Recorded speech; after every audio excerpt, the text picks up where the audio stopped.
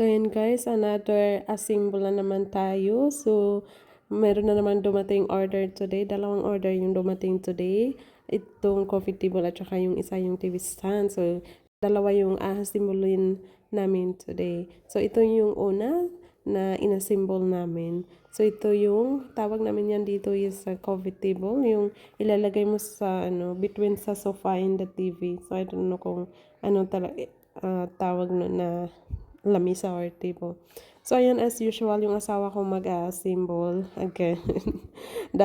Nung nag-assemble kami sa lamisa, medyo nahirapan siya noon, kaya gusto niya sana mag-hire ng gumagawa or mag-assemble.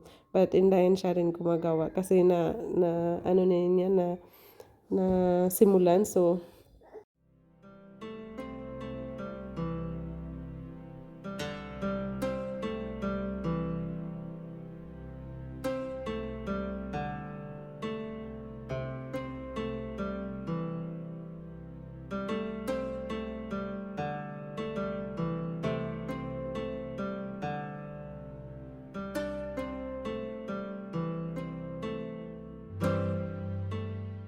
yan, ito na, hindi naman siya masyadong mahirap kasi, siya, walang masyadong mga, bagay-bagay or screw. So, medyo mabilis lang siya at hindi naman siya nahirapan.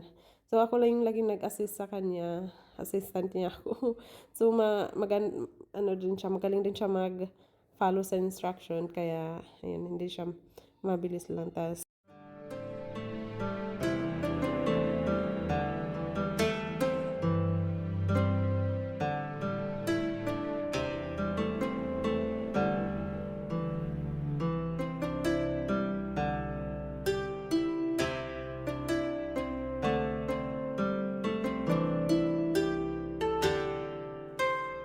So, ito na time guys, nag-break muna siya, nag-tsaa, tas ako nag-screw.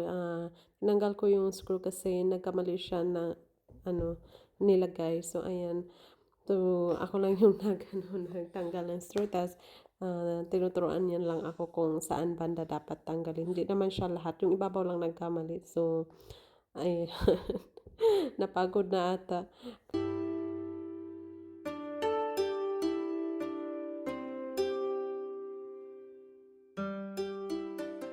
So, ayan guys, ito na yung niya, yung final niyang pagkatapos na mag-assemble. So, tingnan yung medyo malaki siya, konti lang yung space na makadaan siya, kaya siya sa bed.